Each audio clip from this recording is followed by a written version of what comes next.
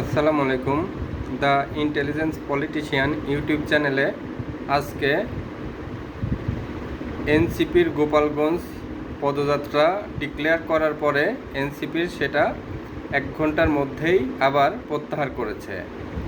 গতবার যখন 64 জেলায় সারা বাংলাদেশে জুলাই পদযাত্রা নাম ছিল, সেখানে গোপালগঞ্জ যাত্রার সময় তারা ডিক্লেয়ার করলেন মার্চ টু গোপালগঞ্জ। তার মানে তাদের এই ডিক্লেয়ারেশনের মধ্যেই তাদের ষড়যন্ত্র এবং যুদ্ধের একটা ডিক্লারেশন ছিল। এবং গোপালগঞ্জে গিয়ে কত বড় দুঃসাহস, সেখানে মুজিববাদ মুর্দাবাদ বলে যে স্লোগান তুললেন, এবং স্লোগান শেষে আমরা দেখলাম তারা ট্যাঙ্কারে করে পালিয়ে চলে আসলেন। ঠিক গত 1 বছর আগের যে ঘটনা ঘটলো, সেখানে এই যে কতজন মানুষ মারা গেল, 7 জন ছাত্রলীগের কর্মী মারা গেল, আরও অনেক নিখোঁজ হয়েছে, সেগুলার খোঁজখবর নাই। তো এই যে জুলাই পদযাত্রায় যে 7 জন নিহত হয়েছে, তার জন্য একদিন এই নাহিদ, আসিফ, সার্জিস, হাসনাত, এদের কিন্তু একসময় এই বিচারেই ফাঁসি হবে। গোপালগঞ্জের এই মার্চ টু গোপালগঞ্জের এই বিচারে তাদের ফাঁসি হবে। আওয়ামী লীগ ক্ষমতায় আসলে এটা লিখে রাখেন, স্ট্যাম্প করে লিখে রাখেন। তারা যদি কোনো দিন বিচারের মুখোমুখি হয়, এই 7 জনের ডাইরেক্ট তারা উস্কানিমূলক আচরণ করেছিল। ঠিক 1 বছর যেতে না যেতেই, রক্তের দাগ শুকাতে না শুকাতেই আবারও তারা কোন দুঃসাহসে যেতে চায় গোপালগঞ্জ।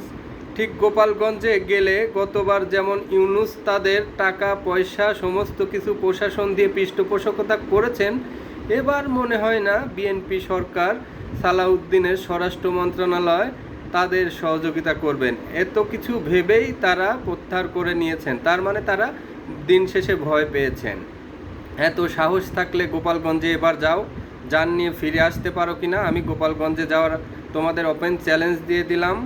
আর এই যে আজকে সাভারে পদযাত্রা শুরু করেছো, তোমরা যেখানেই যাও তো তোমরা ডিম নিক্ষেপ পাও, তোমরা যেখানেই যাও চেয়ার ভাঙচুর করে, তোমরা যেখানেই যাও সেখানেই ককটেল বিস্ফোরণ হয়। আজকে সাভারে বিস্ফোরণ হলো ককটেল বিস্ফোরণ। তো তোমরা বুঝো না যে বাংলাদেশের মানুষ তোমাদের মেনে নিচ্ছে না। জুলাই পদযাত্রায় তোমাদের পিছনে ছিল বিএনপি, ছাত্রদল, ছাত্র শিবিরের লোকজন। তোমরা যে গুপ্ত শিবিরের বেনামি কিছু লোক ছিলে, তাদের পিছনে যে শিবির জামাত পৃষ্ঠপোষকতা করেছে, এবং এই যে নাসির উদ্দিন পাটোয়ারি একসময় শিবির করতেন, মাহফুজ শিবির করতেন, নাহিদ শিবির করতেন, এগুলা সবাই একসময় শিবির করতেন, হাসনাত শিবির করতেন। তো এই শিবির করা, তোমরা শিবির করো, এই নামটা আজ পর্যন্ত প্রকাশ করতে পারো না। তো শিবিরের পৃষ্ঠপোষকতা, এখন শিবিরের পৃষ্ঠপোষকতাও আর পাও না, তাই না? এই যে গিয়ে যে ককটেল বিস্ফোরণ হলো, এটা কি নাটক করো, অভিনয় করো তোমরা? তোমরা কি নিজেরাই ককটেল গিয়ে বিস্ফোরণ করো, নাকি তোমরা যেখানেই যাও সেখানেই নাটক আর নাটক শুরু হয়? আজকে প্রথম দিন পদযাত্রা শুরুতেই তোমাদের নাটক শুরু হয়ে গেল, ককটেল বিস্ফোরণ। যেখানেই যাও মার খাও। তারপরে তোমাদের লজ্জা হয় না?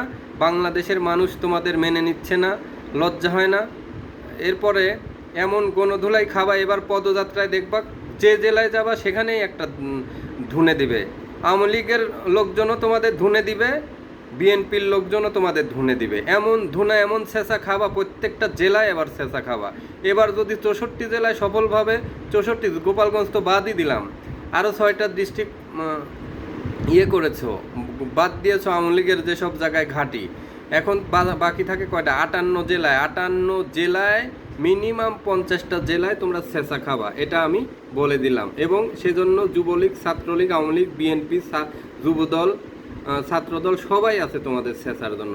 শুধুমাত্র আওয়ামী লীগ তোমাদের ছেঁচবে এরকম না, বিএনপিও তোমাদের ছেঁচবে ইচ্ছা মতো, যেখানে যেমনে পাবে ছেঁচে দিবে। তোমরা যে নাটকবাজ করো আর মানুষকে যেভাবে অসম্মান করো, যে মব সন্ত্রাসী করে যুবলীগ ছাত্রলীগকে 1.5 বছরে জায়গায় জায়গায় পিটিয়ে পিটিয়ে জ্বালিয়ে পুড়িয়ে মেরেছো, মানুষের লাশ কবর থেকে তুলে পুড়াই দিছো, এই মব 32 ভাঙার মব, এগুলা এবার পদযাত্রায় যাও, এবার টের পাবা কত ধানে কত চাল, এবার টের পাবা। এবং জননেত্রী শেখ হাসিনা ফেরার ঘোষণায় সারা বাংলাদেশে যেভাবে আওয়ামী লীগ, যুবলীগ, ছাত্রলীগ প্রস্তুত হয়ে আছে, তোমাদের যেখানেই সুযোগ পাবে মোটামুটি এবার ধুনে দেবে তোমাদের।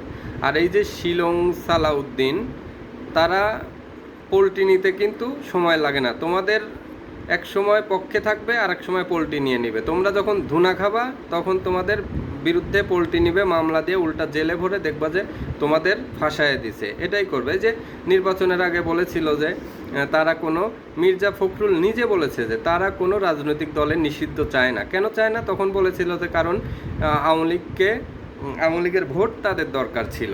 নির্বাচন শেষ, এখন শিলং সালাউদ্দিন কি বলছে যে এই আওয়ামী লীগের দিল্লিতে কবর হয়েছে, তাদের রাজনৈতিক পতন হয়েছে, তাদের রাজনৈতিক কবর হয়েছে দিল্লিতে, আর তারা কখনো বাংলাদেশের রাজনীতিতে ফিরতে পারবে না, এটা না তা সে বলে দিচ্ছে। তোমরা তো 21শে আগস্টের সাজা পাও নাই, 21শে আগস্টের গ্রেনেড হামলা করছিল না, সেটার তো সাজা পাও নাই। তারপরে 21শে আগস্টের গ্রেনেড হামলা করে তো আওয়ামী লীগকে নিঃশেষ করতে চেয়েছিলে। তোমরা তো সবসময় চাও যে আওয়ামী লীগকে রাজনীতি করতে দিবা না। তো এখন কি তোমাদের দয়া আওয়ামী লীগ রাজনীতি করে? বরং আওয়ামী লীগের দয়া তোমরা বাংলাদেশে টিকে থাকো, আর দয়া ভবিষ্যতে করবে না। এইবার ক্ষমতা শেষ ক্ষমতা, মনে রাখো। এবার যদি ক্ষমতা থেকে চলে যাও, তাইলে আওয়ামী লীগ যদি ফিরে, ক্ষমতার বাইরে থাকলে কেমন থাকতে হয়। এতদিন তো আওয়ামী লীগের সব, যুবলীগের, ছাত্রলীগের সবাই ধান খেতে, পাট খেতে, রাতের আধারে জঙ্গলে ঘুরে বেড়াচ্ছে, জঙ্গলে ঘুমাচ্ছে, বিভিন্ন জায়গায় পালিয়ে বেড়াচ্ছে। অনেক গরিব কর্মী সমর্থক আছে যাদের বাড়িতে চাল নেই, চুলা নেই, তাদেরকে ধরে নিয়ে গিয়ে 1 লক্ষ 2 লক্ষ টাকা পর্যন্ত হাতিয়ে নেওয়া হচ্ছে। এই যে দুর্নীতি, গতকাল বিএনপির যুব দলের এক নেতা তারেক রহমান বলল যে তারা চাঁদাবাজি বন্ধ করবে, আর সে কি করলো? এক মুরব্বী মানুষকে চট থাপ্পড় দিয়ে চাঁদা দাবি করলো। যখন সে সিগনেচার করতে চায়নি একটি চেকে, তখন তার বিচি চেপে ধরে তাকে টাকা জোর করে সিগনেচার নিল। এই যে নেক্কারজনক ঘটনা যুবদল করে, এগুলা সরকার দেখে না, এগুলা বিচারের আওতায় আনা যায় না। এই যে নেক্কারজনক চাঁদাবাজির সাথে যে জড়িত সংগঠন, দুনিয়ার যত লো ক্লাস, থার্ড ক্লাস মানুষ, যুবদল, ছাত্রদল এগুলা করে বেড়ায়। তো এদের রুচি, দলীয় কর্মকাণ্ড সব সময় সন্ত্রাসী মুভমেন্টে থাকে। এরা এক সময় জনগণের বিরাগভাজন হবে, এবং দিন যত যাচ্ছে বাংলাদেশ আওয়ামী লীগ কিন্তু ব্যাপক হারে জনপ্রিয় হচ্ছে। এই মুহূর্তে যদি এখন ভোট দেওয়া হয়, বাংলাদেশ আওয়ামী লীগ ব্যাপক জনপ্রিয়তায়, গণভোট নিয়ে ব্যাপক জনপ্রিয়তায় বিপুল ভোটে জয়ী হয়ে কিন্তু বাংলাদেশ সরকার গঠন করবে বাংলাদেশ আওয়ামী লীগ। এটা মনে রাখবেন। আজ হোক কাল হোক নির্বাচন আদায় করে নিবে, অথবা বিপ্লব হবে, যে কোনো দুইটার একটা হবে।